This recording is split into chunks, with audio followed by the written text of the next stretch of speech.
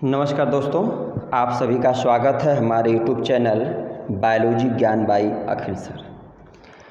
आज हम लोग एक नए टॉपिक के बारे में जानेंगे जिसका नाम है chemical nature of enzyme. Meaning कि रासायनिक दृष्टि से एंजाइम का कंपोजिशन क्या होता है और एंजाइम कितने टाइप के हैं। आज के वीडियो में हम लोग प्रमुख रूप से क्या क्या जानेंगे। तो सिंपल एंजाइम क्या होती है, कॉम्प्लेक्स एंजाइम क्या होती है, होलो एंजाइम क्या होती है, एपो एंजाइम क्या है, कोफैक्टर या एक्टिवेटर क्या है, को एंजाइम क्या है, प्रोस्थेटिक ग्रुप क्या है, इनऑर्गेनिक प्रोस्थेटिक ग्रुप क्या है और ऑर्गेनिक प्रोस्थेटिक ग्रुप क्या है। इन तमाम सारे पॉइंट को हम लोग जानेंगे। लेकिन परीक्षा की जो दृष्टि से होलो एंजाइम और कोफैक्टर या एक्टिवेटर और एपो एंजाइम तीन सबसे महत्वपूर्ण पॉइंट इसमें पढ़ना है। क्या क्या? होलो एंजाइम, एपो एंजाइम और कोफैक्टर या एक्टिवेटर। अब देखिए, एंजाइम का हमारा दूसरा वीडियो है। पहले वीडियो में हम लोग पढ़े थे कि एंजाइम का इंट्रोडक्शन और प्रॉपर्टी ऑफ एंजाइम, ये दूसरा पार्ट है। दूसरे पार्ट में हम लोग केमिकल नेचर के बारे में पढ़ेंगे। अब देखिए, अगर हम लोग टॉपिक पर आएँ तो जितनी भी एंजाइम हैं सब केमिकली क्या है, प्रोटीन है। इसीलिए आप लोग ऑलरेडी पहले जो पढ़ा भी होगा कि all enzyme are protein but all protein are not enzyme. मतलब सब के सब एंजाइम जो होती हैं नेचर में प्रोटीन होती हैं या प्रोटीन की बनी होती हैं, लेकिन सभी प्रोटीन नेचर में एंजाइम नहीं होते। अब केमिकली देखा जाए, इसके ऑर्गेनाइजेशन के बेसिस पर, कंपोजिशन के बेसिस पर तो एंजाइम के कितने टाइप हैं? दो टाइप हैं, सिंपल एंजाइम और कॉम्प्लेक्स एंजाइम। सिंपल एंजाइम का मीनिंग क्या हो गया कि वह एंजाइम जो सिर्फ प्रोटीन का या जो सिर्फ अमाइनो एसिड से मिलकर के बनी होती है। और जब सिंपल एंजाइम की हाइड्रोलिसिस होती है तो इनसे सिर्फ और सिर्फ अमाइनो एसिड का फॉर्मेशन होता है।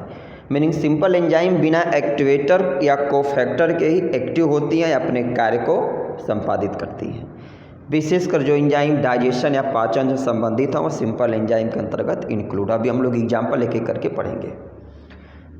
दूसरा देखिए, कॉम्प्लेक्स एंजाइम या इसी को हम लोग कॉन्जुगेटेड एंजाइम, या इसका सबसे फेमस इंपॉर्टेंट नाम जो एग्जाम में देता है होलो एंजाइम क्या है। नाम से स्पष्ट, होलो एंजाइम। होलो मतलब कंप्लीट या पूर्ण एंजाइम। मीनिंग वह एंजाइम जिसमें प्रोटीनियस और नॉन प्रोटीनियस दोनों पार्ट होता है, तो उसको हम क्या बोलेंगे? उसको हम कॉम्प्लेक्स एंजाइम या कॉन्जुगेटेड एंजाइम या इसी को हम लोग होलो एंजाइम बोलते हैं। अब जो होलो एंजाइम है यह दो बेसिक पार्ट से मिलकर के बनी होती हैं, प्रोटीनियस पार्ट और दूसरा नॉन प्रोटीनियस पार्ट। अब देखिए, इसका इम्पॉर्टेंट नाम क्या है। प्रोटीनियस पार्ट को हम लोग क्या बोलते हैं? एपो एंजाइम बोलते हैं। और नॉन प्रोटीनियस पार्ट को हम लोग क्या बोलते हैं? कोफैक्टर या एक्टिवेटर बोलते हैं। अब अगर एग्जाम में एपो एंजाइम आए तो हम लोग क्या लिखेंगे? 5 नंबर के बेसिस पे। देखिए, अगर एग्जाम में एपो एंजाइम आ जाता तो हम लोग पहले तो डायग्राम ऐसे फ्लो चार्ट बना देंगे। अब एपो एंजाइम क्या है तो लिखेंगे the proteinous part of complex enzyme या holo enzyme is known as apo enzyme. Meaning कि होलो एंजाइम के प्रोटीनियस पार्ट को हम लोग क्या बोलते हैं? एपो एंजाइम बोलते हैं। ये किसका बने होते हैं? तो apo enzyme consist of amino acid. मतलब प्रोटीन का बना है तो प्रोटीन क्या है? अमाइनो एसिड से बना होगा। अब अमाइनो एसिड कितने टाइप हैं तो ऑलरेडी आप लोग जान रहे हैं कि अमाइनो एसिड अगर देखा जाए हम लोग के रिक्वायरमेंट के बेसिस पर, ऐसे नेचर में तो 300 से अधिक टाइप के जो कि अमाइनो एसिड हैं, लेकिन हम लोगों के उपयोगिता के दृष्टि से, रिक्वायरमेंट के दृष्टि से 20 प्रकार के अमाइनो एसिड हैं, जिसमें 10 इसेंशियल हैं और 10 नॉन इसेंशियल हैं। इसेंशियल अमाइनो एसिड का मतलब ये हो गया कि जिसका फॉर्मेशन हमारे बॉडी में नहीं होता उनको हम लोग बाहर फूड स्टफ से लेते हैं, इसलिए इसेंशियल बोलते हैं। और जिन 10 अमाइनो एसिड का फॉर्मेशन हमारे शरीर में हो जाता है तो उनको हम बाहर से लेने की आवश्यकता नहीं पड़ती है, इसलिए उनको हम बोलते हैं नॉन इसेंशियल। तो ध्यान रखिएगा, दोनों का महत्व हमारे शरीर के लिए क्या है, बराबर है। इसके बाद इंपॉर्टेंट पॉइंट, जो एपो एंजाइम है तो उसमें क्या आता है कि जो अमाइनो एसिड होती हैं वह आपस में पेप्टाइड बंध के द्वारा क्या होती है, जुड़े होते हैं।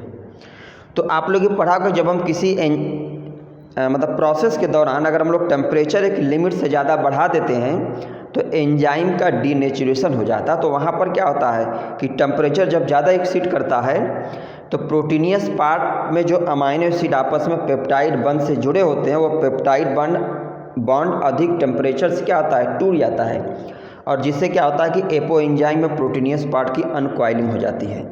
एक चीज़ और है, एपो एंजाइम जो होते हैं यह हीट लेवाइल है, मतलब कि हीट के बढ़ने से या घटने से इनकी एक्टिविटी या प्रवृत्ति क्या होती, बदलती है, मतलब इन पर हीट का प्रभाव पड़ता है। ठीक है, अब इस पर अभी हम लोग इसके बाद में आएंगे। एक और सबसे इम्पॉर्टेंट पॉइंट है, कई बार पूछा गया है, इसलिए पहले वीडियो में हम लोग पढ़े थे कि एक रिसेंट अध्ययन के मुताबिक औसत में एक सेल में लगभग 3 लाख टाइप के एंजाइम प्रेजेंट होती हैं। तो प्रश्न है कि जब अमाइनो एसिड 20 ही अमाइनो एसिड हैं तो एंजाइम में इतनी ज़्यादा विविधता क्यों होती है? तो उसका आंसर आप लोग क्या बताएंगे, एपो एंजाइम के कारण।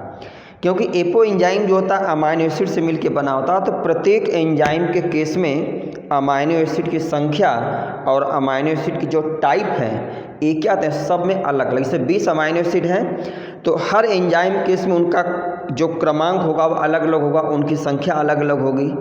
तो इस संख्या के बेसिस पर और उसमें जो उसकी जो नंबरिंग है इस बेसिस पे क्या होता है कि इनमें बहुत सारी विविधता पाई जाती है। अब सबसे इम्पोर्टेंट पॉइंट, एपो एंजाइम का फंक्शन क्या होता है? तो एपो एंजाइम किसी भी एंजाइम की स्पेसिफिसिटी को निर्धारित करती है। एपो एंजाइम किसी एंजाइम के स्पेसिफिसिटी को निर्धारित करती है। अब हम लोग आते हैं नॉन प्रोटीनियस पार्ट या कोफैक्टर या एक्टिवेटर को। तो नाम से स्पष्ट है यह नॉन प्रोटीनियस पार्ट होता है। ये जो कोफैक्टर या एक्टिवेटर है यह प्रोटीनियस पार्ट से दो कंडीशन, या तो लूजली अटैच होता है या टाइटली अटैच होता है, दोनों चीज़ होती है, अभी हम लोग आगे पढ़ेंगे। एक्टिवेटर या कोफैक्टर जो होता है वह हीट स्टेबल होता है, इस पर हीट का प्रभाव नहीं पड़ता है। और फंक्शन इसका क्या होता है, तो कोफैक्टर या एक्टिवेटर का फंक्शन क्या होता है, एंजाइम के कैटालिटिक एक्टिविटी को या एंजाइम के फंक्शन को डिटरमाइन करना। अब इसके टाइप पर अगर हम लोग देखें, कोफैक्टर के टाइप की बात करें तो को एंजाइम और प्रोस्थेटिक ग्रुप है। को एंजाइम क्या होता है, सबसे बड़ा कॉमन दोनों में एक सबसे मेजर जो डिफरेंस है कि को एंजाइम जो है वह एपो एंजाइम से या प्रोटीनियस पार्ट से जो कि लूजली अटैच होता है, और जो प्रोस्थेटिक ग्रुप होता है यह प्रोटीनियस पार्ट या एपो एंजाइम से टाइटली जो कि जुड़ा होता है। अब प्रोस्थेटिक ग्रुप के दो टाइप हैं, इनऑर्गेनिक और ऑर्गेनिक, मतलब नेचर में कार्बनिक और अकार्बनिक होते हैं। ठीक है, अब इसी को थोड़ा सा हम लोग डिटेल में देखते हैं। देखिए सिंपल एंजाइम क्या है, तो it is simple protein. Simple enzyme मतलब सिंपल प्रोटीन है, protein molecule consist of amino acid, जो अमीनो एसिड से मिलकर के बने होते हैं। अब अमाइनो एसिड क्या है, तो ऑलरेडी पहले से आप लोग पढ़े, इसमें बहुत ज़्यादा जानने की ज़रूरत नहीं है। मतलब प्रोटीन की जो फंक्शनल यूनिट होती है उसको हम लोग अमीनो एसिड कहते हैं। इसकी संख्या क्या होती है, 20। नेचर में 300 से ज़्यादा अमीनो एसिड हैं, लेकिन उपयोगिता के दृष्टि से हम लोगों के लिए 20 अमीनो एसिड हैं। 20 में से 10 का फॉर्मेशन हम लोग शरीर में हो जाता है डिफरेंट बायोलॉजिकल प्रोसेस से, तो उसको हम लोग नॉन इसेंशियल बोलेंगे। जिनका फॉर्मेशन हमारे शरीर में नहीं होता उनको हम लोग बाहर से फूड स्टफ से, खाद्य सामग्री के माध्यम से लेते हैं, तो उसको हम लोग क्या बोलेंगे। तो ध्यान रखिएगा, जो हमें बाहर से हम लेंगे उसको हम इसेंशियल बोलेंगे, और जिनका हमारे शरीर में फॉर्मेशन हो जाएगा उसको हम लोग नॉन इसेंशियल बोलेंगे। On hydrolysis yield only amino acid, जब ये सिर्फ प्रोटीन की बनी होंगी, तो जब सिंपल एंजाइम की हाइड्रोलिसिस होती है तो इनसे सिर्फ और सिर्फ क्या होता है, अमीनो एसिड का फॉर्मेशन होगा। और फंक्शन विदाउट कोफैक्टर या को एंजाइम, पहले हम लोग पढ़े हैं कि जो सिंपल एंजाइम है बिना कोफैक्टर के, बिना एक्टिवेटर के ही अपने कार्य को करती हैं। एग्जाम्पल की बात करें, pepsin, trypsin, amylase, urease, albumin तमाम ऐसी क्या है एंजाइम्स हैं जो सिंपल नेचर में आती है, मतलब सिर्फ प्रोटीन या अमीनो एसिड से बनी होती है। अब देखिए कॉम्प्लेक्स एंजाइम, तो कॉम्प्लेक्स एंजाइम आर ग्लोब्यूलर या जो कि मेटालोप्रोटीन, मतलब कॉम्प्लेक्स एंजाइम जो होती हैं वह ग्लोब्यूलर या मेटालोप्रोटीन होती है नेचर में। अब देखिए इंपॉर्टेंट पॉइंट इसका, consist of proteinaceous and non proteinaceous part, मतलब जो कॉम्प्लेक्स एंजाइम है जिनको हम लोग होलो एंजाइम कहते हैं, यह प्रोटीनियस और नॉन प्रोटीनियस पार्ट से मिलकर के बनी होती हैं। प्रोटीनियस पार्ट नोन एज, अभी हम लोग पढ़े, प्रोटीनियस पार्ट को हम लोग एपो एंजाइम कहते हैं और नॉन प्रोटीनियस पार्ट को हम लोग क्या बोलते हैं, कोफैक्टर या एक्टिवेटर बोलते हैं। अब प्रश्न यहाँ पर आता है कि 2 पॉइंट हम लोग केवल लिख दिए कि एपो एंजाइम और कोफैक्टर या एक्टिवेटर क्या है। अभी हम लोग पढ़े, एक बार हम लोग फिर देख लेते हैं। शॉर्ट नोट में अगर एपो एंजाइम आ जाए तो एपो एंजाइम क्या है, तो एपो एंजाइम कॉम्प्लेक्स एंजाइम या होलो एंजाइम के प्रोटीनियस पार्ट को कहते हैं। एपो एंजाइम जो है वह किससे बना होगा, तो एपो एंजाइम अमाइनो एसिड या प्रोटीन का जो बना होता है। एपो एंजाइम हीट लेबाइल होता है, मतलब इस पर हीट का प्रभाव पड़ता है।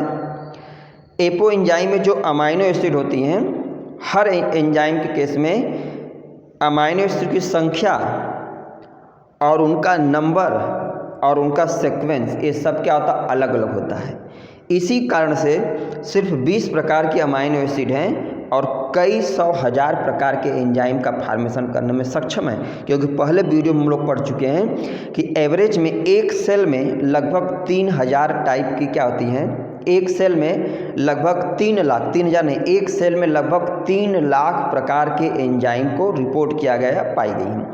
तो ये वेरिएबिलिटी क्या है, तो इसका आंसर आप लोग बताएंगे अमाइनो एसिड के नंबर के बेसिस पर, अमाइनो एसिड के क्रम के बेसिस पर इसमें वेरिएबिलिटी पाई जाती है। एक चीज़ और है, एपो एंजाइम का फंक्शन क्या है, तो एपो एंजाइम किसी भी एंजाइम के स्पेसिफिसिटी को निर्धारित करती है, क्योंकि जैसे जिस क्रम में जितने नंबर में अमाइनो एसिड होंगे वैसे क्या होगा, एंजाइम का नेचर होगा। अब हम लोग दूसरा था कोफैक्टर एक्टिवेटर। तो कोफैक्टर एक्टिवेटर क्या है, तो कॉम्प्लेक्स एंजाइम और होलो एंजाइम के नॉन प्रोटीनियस पार्ट को हम लोग कोफैक्टर या एक्टिवेटर बोलते हैं। यह क्या होता है, यह हीट स्टेबल होता है, मतलब कोफैक्टर एक्टिवेटर पर हीट का प्रभाव नहीं पड़ता है। कोफैक्टर एक्टिवेटर जो होता है वह नेचर में ऑर्गेनिक भी हो सकता है, इनऑर्गेनिक भी हो सकता है। कोफैक्टर एक्टिवेटर जो होता है वह प्रोटीनियस पार्ट से लूजली या टाइटली अटैच हो सकता है। और इसका फंक्शन क्या होता है, तो कोफैक्टर या जो एक्टिवेटर होता है किसी एंजाइम के कैटालिटिक फंक्शन को या उसके कार्य को निर्धारित करता है। अब देखिए, अब इसमें हम लोग क्या आएंगे, अब देखिए जो कोफैक्टर या एक्टिवेटर है, तो कोफैक्टर एक्टिवेटर के क्या हैं, 2 ग्रुप हैं। अगर हम लोग एग्जाम में कोफैक्टर एक्टिवेटर लिखेंगे तो इसमें आगे इसको भी मेंशन करना आवश्यक है। अब यहाँ पे कोफैक्टर एक्टिवेटर के 2 टाइप हैं, को एंजाइम और प्रोस्थेटिक ग्रुप। अब देखिए को एंजाइम क्या है, तो को enzyme small low molecular weight जो है कि कंपोनेंट है, मीनिंग कोफैक्टर या एक्टिवेटर का को एंजाइम जो है स्मॉल लो मॉलिक्यूलर वेट क्या है, कंपोनेंट है। हीट स्टेबल, अभी हम लोग पर इस पर हीट का कोई प्रभाव नहीं पड़ता है। Bind loosely to apo enzyme, मतलब जो को एंजाइम होता है वह एंजाइम के प्रोटीनियस पार्ट से लूजली अटैच होता है, मतलब ये आसानी से डिसोसिएट हो सकता है। एग्जाम्पल की हम लोग बात करें, कॉमन एग्जाम्पल क्या है, NAD+। ये किसके लिए कोएंजाइम का काम करता है, किसके लिए एक्टिवेटर या कोफैक्टर काम करता है, तो 2 एंजाइम हैं, लैक्टेट डिहाइड्रोजिनेज और अल्कोहल डिहाइड्रोजिनेज। इन दोनों के लिए NAD+ क्या है, यह जो कि कोफैक्टर एक्टिवेटर का काम करता है। अब देखिए दूसरा प्रोस्थेटिक ग्रुप, तो ये लूजली अटैच होता है और ये क्या टाइटली अटैच होगा। तो प्रोस्थेटिक ग्रुप क्या होता है कि प्रोटीनियस पार्ट से या होलो एंजाइम के प्रोटीनियस पार्ट से टाइटली अटैच होता है, मतलब इसको हम लोग आसानी से इजीली डिसोसिएट नहीं कर सकते हैं। और इसका नेचर जो होता है इनऑर्गेनिक और ऑर्गेनिक दोनों टाइप का हो सकता है। अब हम लोग अगर एग्जाम्पल के रूप में देखें तो ऑर्गेनिक प्रोस्थेटिक ग्रुप में क्या है, ऑर्गेनिक प्रोस्थेटिक ग्रुप में विटामिन्स हैं, लिपिड्स हैं, हीमोग्लोबिन में हीम होता है और इनऑर्गेनिक प्रोस्थेटिक ग्रुप में आयरन है, जिंक है, कॉपर हैं, तो ऐसे तमाम सारे एंजाइम हैं जो एक्टिवेटर या मतलब जो कोफैक्टर के रूप में इनऑर्गेनिक जो कंपोनेंट है उनकी रिक्वायरमेंट करती है। ठीक है, अब आज के वीडियो में हम लोग ये देखें कि एक बार फिर से एग्ज़ाम के दृष्टि से महत्वपूर्ण क्या है। तो एग्ज़ाम के दृष्टि से हम लोग पढ़ें कि होलो एंजाइम, तो आप लोग ध्यान रखेंगे कि जो कॉम्प्लेक्स एंजाइम है, जो कॉन्जुगेटेड एंजाइम है, उसी को हम लोग क्या बोलते हैं, होलो एंजाइम बोलते हैं। होलो एंजाइम मतलब क्या होगा, जिसमें प्रोटीनियस पार्ट और नॉन प्रोटीनियस पार्ट दोनों होगा। इसके बाद में इसके फंक्शन और कार्य को बताया गया। कोफैक्टर एक्टिवेटर कई बार एग्जाम में पूछा हुआ है, तो होलो एंजाइम के नॉन प्रोटीनियस पार्ट को हम लोग कोफैक्टर एक्टिवेटर बोलते हैं। यह हीट स्टेबल होता, मतलब हीट का कोई प्रभाव नहीं पड़ता है। यह एपो एंजाइम से टाइटली भी जुड़ सकता है, लूजली भी ऐसे अटैच हो सकता है। और इसका फंक्शन क्या था, किसी एंजाइम के कार्य को या कैटालिटिक फंक्शन को निर्धारित करना। फिर हम लोग पढ़ेंगे जो कोफैक्टर एक्टिवेटर, इसका दो नेचर, को एंजाइम और प्रोस्थेटिक ग्रुप। तो को एंजाइम जो होता है लूजली अटैच होता है, प्रोस्थेटिक ग्रुप जो होता है वह टाइटली अटैच होता है। और प्रोस्थेटिक ग्रुप के दो ग्रुप हैं, इनऑर्गेनिक प्रोस्थेटिक ग्रुप और ऑर्गेनिक प्रोस्थेटिक ग्रुप। ठीक है, तो ये था दोस्तों आज का वीडियो आज का छोटा ज़रूर, लेकिन एग्जाम की दृष्टि से बहुत महत्वपूर्ण है, क्योंकि आप लोग अनुसाल में ज़रूर देखेंगे, आप लोग पता चल जाएगा कि एपो एंजाइम क्या है और होलो एंजाइम क्या है, कोफैक्टर एक्टिवेटर क्या, लगभग हर साल एग्जाम में पूछा हुआ है। अगर वीडियो आप लोगों को पसंद आती, अच्छी लगती है और आप लोग चैनल पे हमारे नए हैं या अभी तक चैनल को सब्सक्राइब नहीं किए हैं, तो चैनल को हमारे सब्सक्राइब करिए और अधिक से अधिक शेयर करिए। धन्यवाद।